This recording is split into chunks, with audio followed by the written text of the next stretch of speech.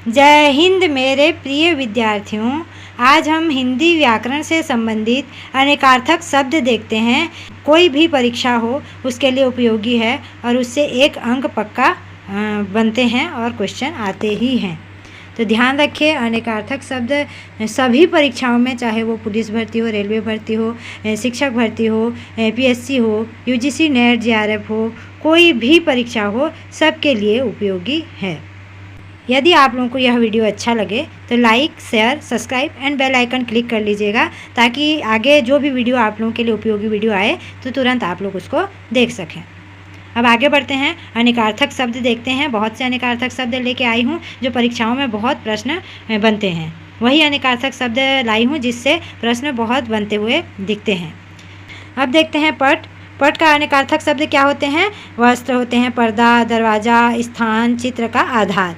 यानी कि एक पट शब्द जो है, उस पट का बहुत से अर्थ हो सकते हैं। पट को हम लोग वस्त्र भी कह सकते हैं, पर्दा भी कह सकते हैं, दरवाज़ा भी कह सकते हैं, स्थान को भी पट कहा जाता है, चित्र का आधार को भी पट कहा जाता है। तो याद रखिए, पत्र। पत्र का चिट्ठी, पत्ता, रथ, बाण, शंख, पुस्तक का पृष्ठ। पद्म। पद्म किसे किसे कहा जाता है? कमल को भी कहा जाता है। कमल को कहा जाता है, आप लोग जान ही रहे हैं, पद्म का फूल कहा जाता है। फिर सर्प विशेष को कहा जाता है और एक संख्या को कहा जाता है पद्म। पद जैसे पाँव, चिन्ह, विशेष, छंद का चतुर्थांश, यानी जो छंद का चतुर्थांश होता है उसे भी पद कहा जाता है। विभक्ति युक्त शब्द। उपाधि, यानी किसी को जब उपाधि मिलता है तो ये इस पद में है। जैसे मान लीजिए आप भविष्य के भावी जॉब करता है, यानी प्रोफेसर या शिक्षक या फिर कोई भी बड़े पद मिलता है आप लोगों को, तो वही उपाधि, यानी किसी को पद मिल जाना उपाधि भी होगा उसका अर्थ। स्थान और ओहदा, यानी कि आप किस ओहदे में हैं। कदम, ये सभी आपका पद का अर्थ होगा। पर देखिए, मैं इसको आप लोगों को ट्रिक से समझाने की कोशिश कर रही हूँ।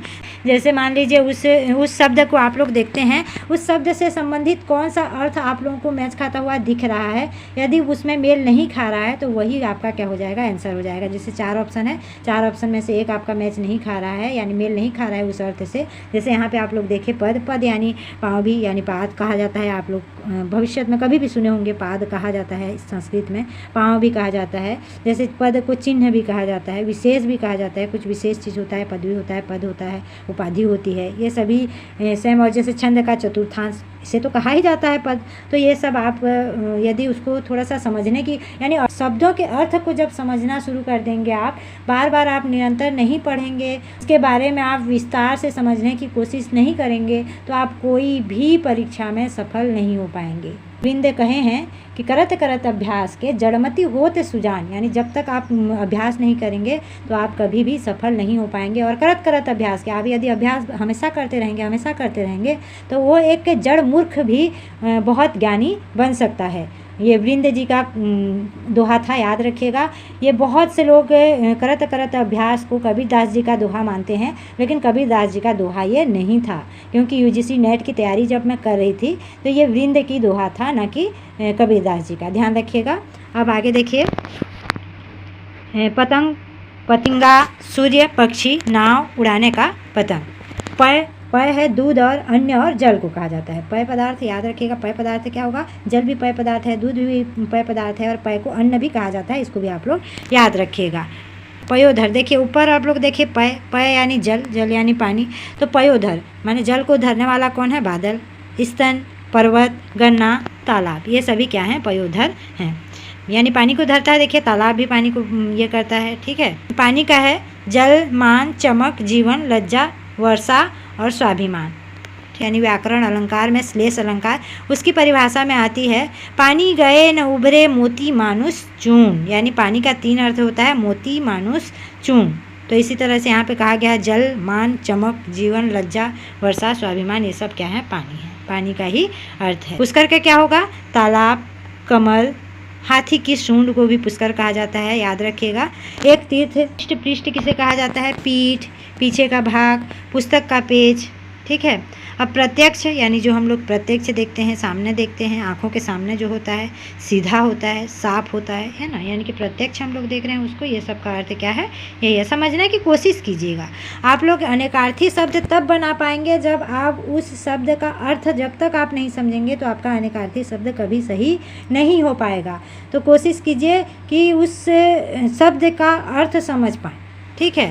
प्रकृति यानी स्वभाव, यानी उसकी प्रकृति ही यही है कहा जाता है, आप लोग सुने हैं। उसको आप उदाहरण के रूप में आप उसको जोड़ के भी देख लीजिए, वो अर्थ बता रहा है या नहीं। प्रकृति यानी वातावरण को भी प्रकृति कहा जाता है। मूलावस्था यानी मूलावस्था ही है, स्वभाव है, मूलावस्था है उसका, मूलावस्था है उसका, स्वभाव ही ऐसा है। कुदरत यानी प्रकृति को कुदरत भी कहा जाता है। धर्म, राज्य, खजाना, स्वामी, मित्र, ये सभी कहे जाते हैं प्रकृति को। ध्यान रखिएगा, सभी को याद कर लीजिएगा। जो आप लोगों को उसका भाव समझ में आ रहा है वो आ रहा है, और जो नहीं आ रहा है उसको आप लोग अभ्यास करते करते याद कर लीजिएगा, नोट्स बना लीजिएगा, ताकि आप लोगों को बहुत जल्दी याद हो जाएंगे।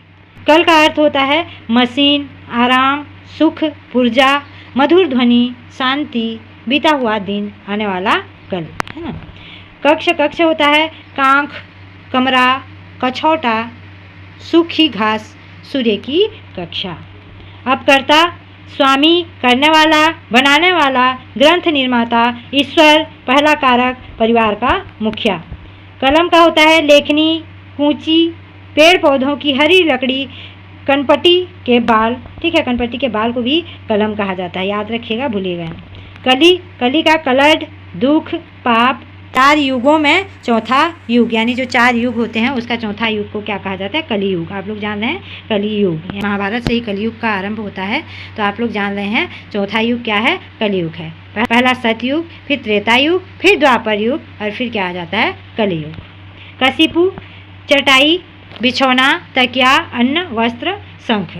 काल का क्या अर्थ है, समय, मृत्यु, यमराज, अकाल, मुहूर्त, अवसर, शिव और युग। काम का अर्थ क्या है, कार्य, नौकरी, सिलाई आदि धंधा जो हम लोग कार्य करते हैं उसे भी काम कहा जाता है। वासना, कामदेव, मतलब कृति, ये सभी काम में आते हैं। किनारा, किनारा क्या है, तट है, सिरा है, पार्श्व है। देखिए किनारा यानी जो समुद्र का किनारा होता है, तालाब का किनारा होता है, उसे क्या कहा जाता है, तट, यानी कि समुद्र के तट पर, है ना।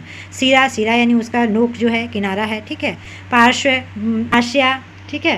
क्या होगा, कुल का वंश, जोड़, जाति, घर, गोत्र, सारा। कुशल का क्या होगा, चतुर, सुखी, निपुण, सुरक्षित। अब गुंजर का हाथी और बाल, याद रखिएगा, गुंजर हाथी को ही कहा जाता है, उनका जो पर्यायवाची शब्द भी देखेंगे तो हाथी का नाम क्या है, गुंजर और बाल।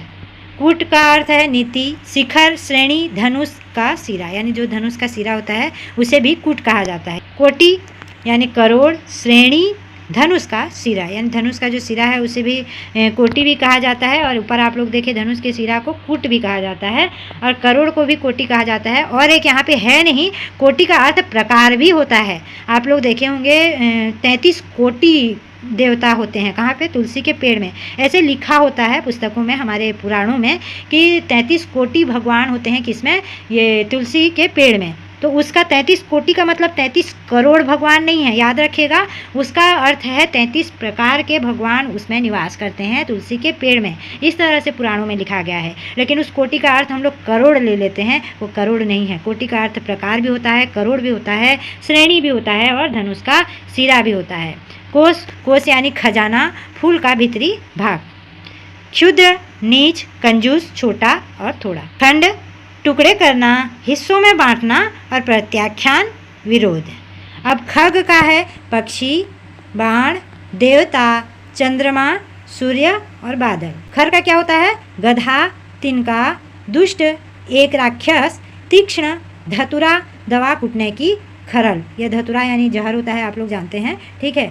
जो यमक अलंकार में आप लोग उसका एक उदाहरण जान रहे होंगे, कनक कनकते हैं 100 गुनी मादुकता अधिका, यानी एक कनक का अर्थ होता है सोना और एक कनक का अर्थ होता है धतुरा।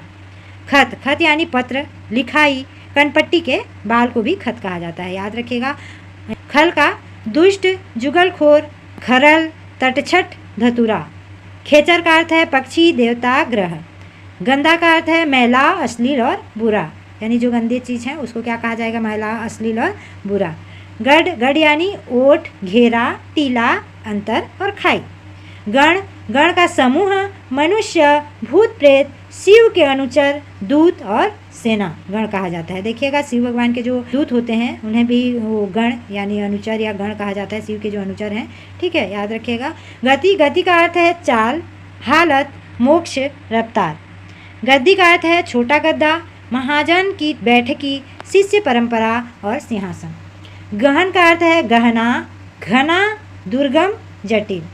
ग्रहण, लेना, सूर्य व चंद्र ग्रहण। जो सूर्य और चंद्र ग्रहण होता है, हम लोग पानी तक नहीं पीते, खाना तक नहीं खाते जब चंद्र ग्रहण चल रहा होता है, सूर्य ग्रहण चल रहा होता है, तो उसे क्या कहा जाता है? ग्रहण कहा जाता है। और किसी चीज़ को हम लोग लेते हैं, ग्रहण करते हैं, यानी किसी से कुछ चीज़ लेना, वो क्या हो जाएगा? ग्रहण कहलाएगा। गुण, कौशल, शील, रस्सी, स्वभाव, विशेषता, हुनर, महत्व।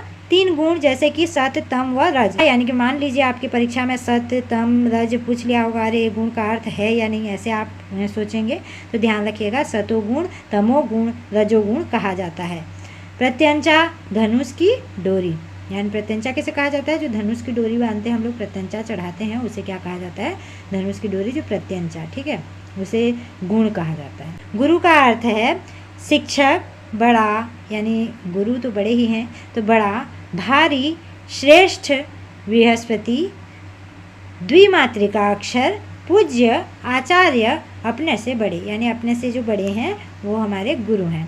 गौ, गौ यानी गाय, बैल, इंद्रिय, भूमि, दिशा, बाण, वज्र, सरस्वती, आँख, स्वर्ग और सूर्य। घट का अर्थ होता है घड़ा, हृदय, कम, शरीर, कलश, कुंभ राशि। कुंभ राशि को भी घट कहा जाता है, याद रखिएगा। देखिएगा आप लोग कुंभ राशि में, उसमें एक घड़े का ही चित्र रहता है, एक व्यक्ति रहता है, वो कुंभ पकड़ा रहता है। घर, घर का अर्थ है मकान, कुल, कार्यालय, अंदर, सामना। घन, घन यानी बादल, भारी हथौड़ा, घना, 6 सतही, रेखा, गणितीय आकृति। ठीक है। घोड़ा, एक प्रसिद्ध चौपाया, बंदूक का खटका, शतरंज का एक मोहरा। जो घोड़ा आप लोग देखे होंगे, घोड़ा, सिपाही, हाथी, ये सब होते हैं, राजा रानी। ये जब आप लोग शतरंज खेलते हैं तो शतरंज का एक मोहरा है घोड़ा, जो 2.5 अक्षर का चलता है। ठीक है। अंक, संख्या के अंक, नाटक के अंक, गोद, अध्याय, परिच्छेद, चिन्ह, भाग्य, स्थान, पत्रिका का नंबर। अंग, देखिए ऊपर आप लोग अंक देखिए, अंक क लिखा हुआ है। ठीक है। अब नीचे क्या लिखा है देखिए, अंग ग, इसी में ही अर्थ का अनर्थ हो जाता है, तो याद रखिएगा, परीक्षा में गलती नहीं करना है। अंक का होगा संख्या के अंक, नाटक के अंक, गोद, अध्याय, परिच्छेद, चिन्ह, भाग्य, स्थान और पत्रिका का नंबर। और यहाँ पे क्या लिखा हुआ है, अंग, अंग का होता है शरीर, यानी हमारे शरीर के जो अंग होते हैं अंग कहा जाता है। ठीक है। शरीर का कोई भी अवयव, यानी कि शरीर के कोई भी अंग को हम लोग क्या कहेंगे, अंग कहेंगे। अंश, शाखा, ये सब क्या हो जाएंगे, अंग के भाग हो जाएंगे, यानी अर्थ हो जाएंगे। अंचल, अंचल यानी सिरा, प्रदेश और साड़ी का पल्लू। आप लोग जानते हैं मेरे साड़ी के पल्लू में हमेशा आंचल में मत छिपे रहे, थोड़ा सा बड़ा भी हो जाए, इस तरह से हम लोग बच्चों को डांटते हैं। तो आंचल यानी क्या होता है, जो साड़ी की हमारी पल्लू होती है उसे आंचल कहा जाता है। ठीक। अंत, सिरा, समाप्ति, मृत्यु, भेद, रहस्य। अंबर, आकाश, वस्त्र, बादल, विशेष सुगंधित द्रव्य जो जलाया जाता है उसे भी अंबर कहा जाता है। अक्षर, नष्ट न होने वाला, अ, आ आदि वर्ण जैसे नष्ट नहीं होते हैं, अ, आ आदि वर्ण जो हैं, ईश्वर, शिव, मोक्ष, ब्रह्म, धर्म, गगन, सत्य, जीव, ये सभी क्या होंगे, अक्षर के अर्थ हैं।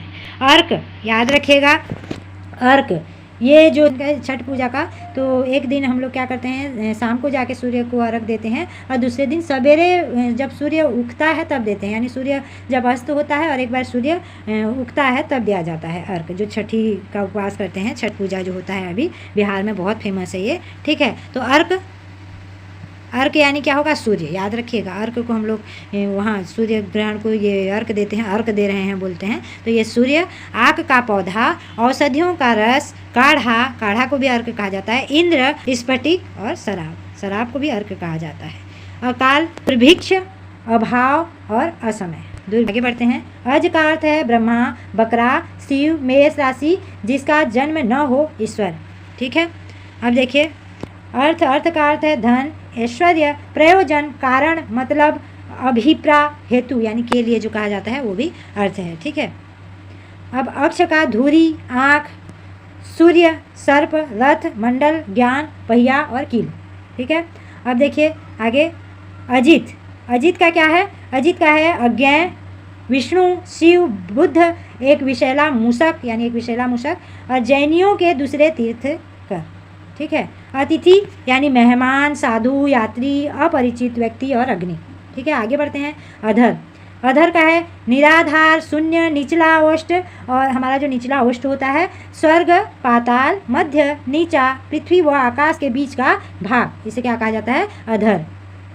अध्यक्ष। देखिए अध्यक्ष विभाग का मुखिया को अध्यक्ष कहा जाएगा, सभापति को अध्यक्ष कहा जाएगा, इंचार्ज यानी किसी चीज़ का वो अध्यक्ष है, इंचार्ज है, तो वो भी क्या हो जाएगा? अध्यक्ष का अर्थ होगा। अब आगे देखिए अपवाद का क्या होगा? निंदा या कलंक या नियम के बाहर, यानी अपवाद। जब हम लोग कुछ भी पढ़ते हैं, हिंदी व्याकरण हो चाहे हिंदी साहित्य हो, तो हम लोग वहाँ आप लोग को जानते होंगे जैसे स्त्रीलिंग पुल्लिंग पढ़ रहे थे, तो उसमें कुछ अपवाद भी होते हैं, जैसे लस्सी, छाछ, ये सभी स्त्रीलिंग आ जाते हैं, लेकिन वहीं पे आप लोग और द्रव्य चीज़ें देखेंगे वो पुल्लिंग में आ जाते हैं। तो याद रखिएगा ये अपवाद जो होते हैं, निंदा, कलंक, नियम के बाहर, इसे कहा जाता है। अपेक्षा, तुलना में, आशा, आवश्यकता और इच्छा।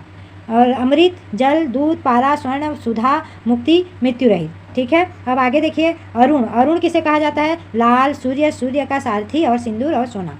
ठीक है। अब आगे देखिए अरुणा का उषा, मजिठ, धुंधली, अतिविशा, इंद्र और वारिणी।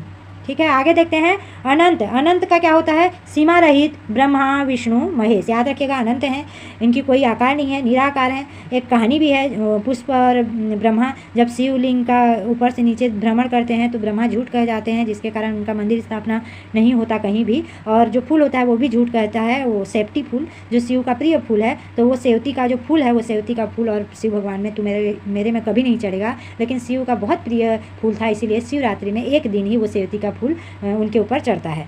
ठीक है। शेषनाग, लक्ष्मण, बलराम, बाह का आभूषण और आकाश और अंतहीन, अनंत का अर्थ। अग्र का अर्थ है आगे का, श्रेष्ठ, सिरा और पहले। और अब्ज का अर्थ है शंख, कपूर, कमल, चंद्रमा, पद्य, जल में उत्पन्न। ठीक है। अब आगे बढ़ते हैं। अमल। अमल का अर्थ क्या होता है?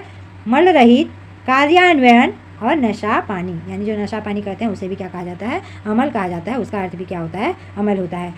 मेरे सभी प्रिय विद्यार्थियों को धन्यवाद।